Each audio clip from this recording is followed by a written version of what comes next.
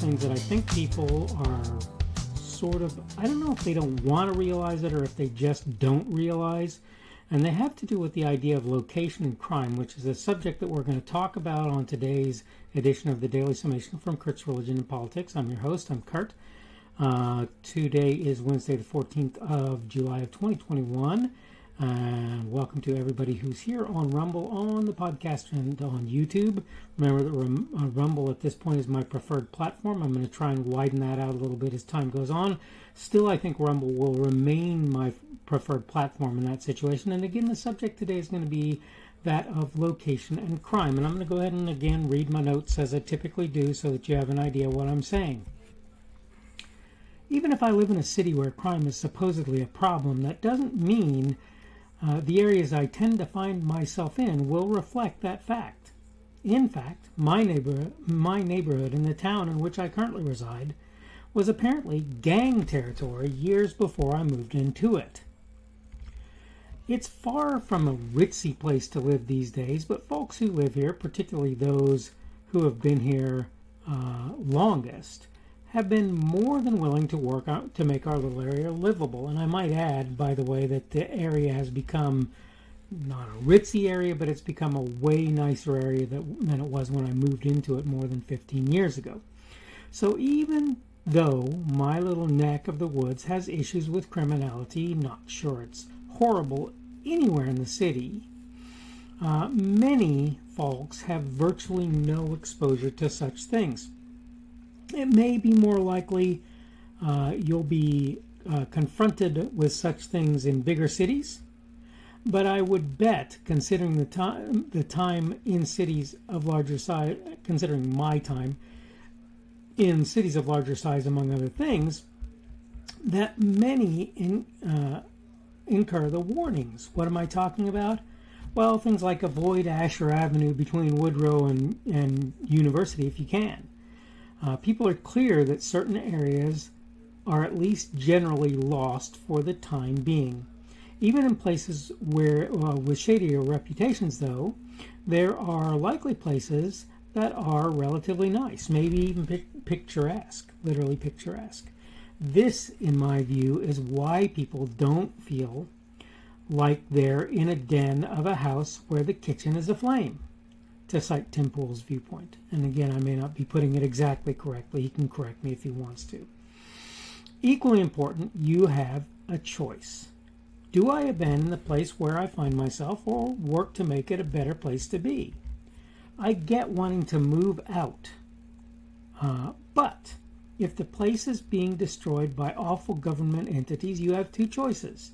Cede the area and evacuate it, or two, work to try and make it a better place to be. Remember this, though. The chances are exceptionally good that folks who are eating the lunch of such places are not going to stop where they are. Put another way, the sad reality is they're headed to your neck of the woods when they're done, when they've done the damage where they currently reside. So, fight or flee. The choice is yours. Okay, I'm done with my notes. That last point is something I really want to emphasize. I really want to make it quite clear that Russia is a huge country, that the former Soviet Union is an extensive block of land, and yet that those entire areas were under oppressive regimes that made their way into the very most rural areas of the places where they found themselves.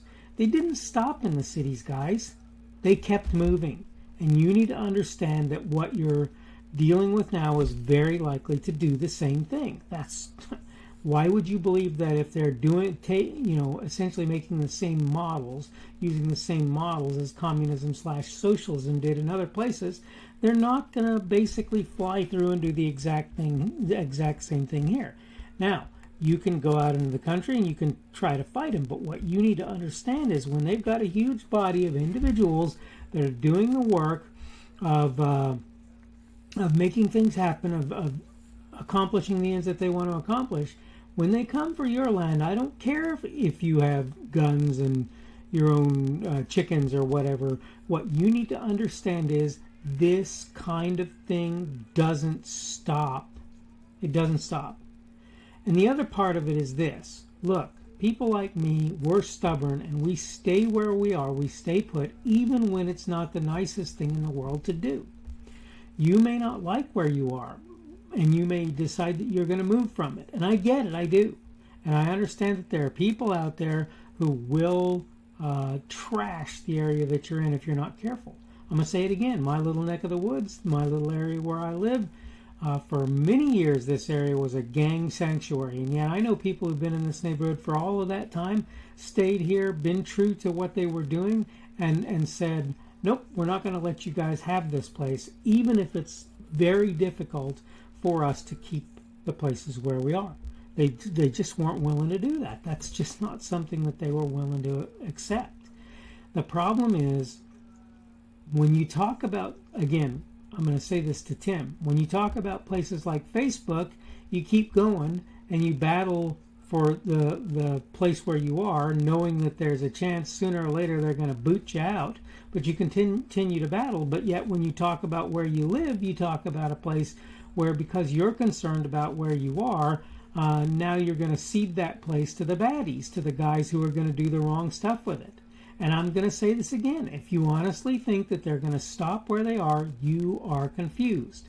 Short of a revolution or a peaceful divorce or whatever, and I'm not saying, I'm not trying to imply that any of that should happen. I'm simply saying you have to, when you look at the options, this is what they are. But short of a revolution or drawing lines in the sand and saying you can't come past here and arming the borders or whatever, or as I say, what amounts to a peaceful divorce where you say, yeah, we're pretty much done with you, have a nice life, and hope that they don't come, there's pretty much no way that you're not going to end up having those individuals at least try to come where you are today. You have to understand. You must understand. If you allow them to take any ground, they will continue to take ground until people stop them. The less ground there is left for them to take, the easier it becomes for them to take it. This is just the reality, and you need to deal with it. I'm sorry that you have a problem with that. I'm sorry that you don't like it. It doesn't change whether or not it's true. And the sooner you realize this, the better off you are. By the way, we're back to buzzing even with this interface. I'm not sure what I'm going to do with that in the long run. I need to find some solution that probably will involve another computer in the course of time. In any case, I hope you get what I'm saying. I hope you realize that these people are not going to stop when they get to the edge of the city. They're going to keep expanding out, and before you know it, they will be looking at your area where you are, and they will do what they can to take what they can, where they can, and they will continue to move outwards, because as long as there are pockets of resistance, there will be people who they will want that space and that money, that wealth, and so forth. And remember, as they destroy places, what happens to the wealth in those places? It goes away. So guess what they're going to do? Oh yeah, they're going to look for other wealth. Tim, you are part of the other wealth. Welcome to reality. I know people don't want to hear this. I'm sorry that things are the way they are, but look at history and see if what I'm telling you is true or not, and you're going to find that it is. I'm sorry that you don't like that. I'm sorry that that's hard for you to deal with. It's still reality. Stop thinking you're going to dodge the bullet by moving farther and farther out. Sooner or later, they're coming for you. And there's no way to get around that except to stop them. We must make it very clear that we're not willing to accept the things that are happening. We're just not willing to accept them. We're not going to do that. All right, I need to go ahead and wrap things up. I think you've probably got the idea of what I'm saying. I hope you have, because if you haven't, just wait. They're coming to knock on your doors, and they will pry the guns from your cold, dead hands if you're questioning that. And the more power they have, the easier it's going to be for them to do that.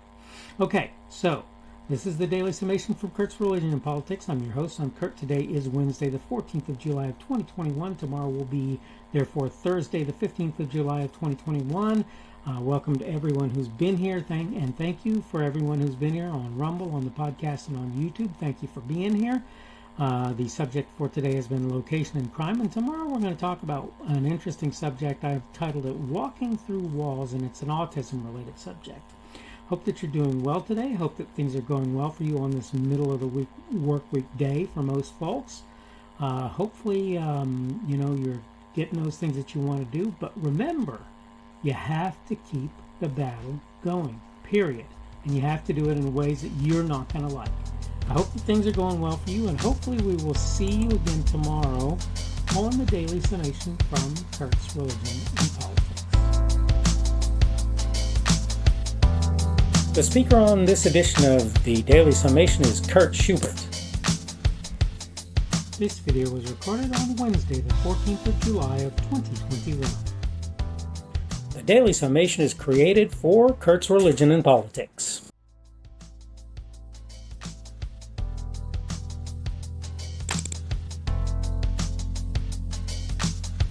Thanks for watching this edition of the Daily Summation from Kurt's Religion and Politics. I hope you found it entertaining or instructional, or maybe both.